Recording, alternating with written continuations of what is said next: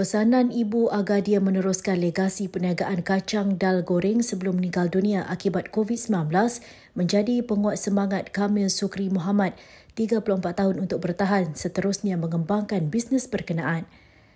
Kamil Sukri berkata ibunya Maimunah Ahmad yang meninggal di usia 64 tahun pada 18 Julai 2021 kerap kali meluahkan hasrat agar perniagaan dikenali Sukri itu yang bermula pada 2006 dapat terus berada di pasaran.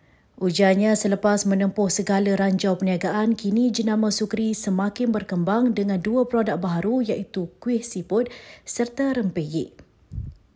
Tambahnya lagi, dia lebih bersyukur apabila produk keluaran Sukri telah berjaya dipasarkan di 23 pasar raya, 20 premis stesen minyak dan 25 kedai serbaneka hospital di seluruh semenanjung Malaysia.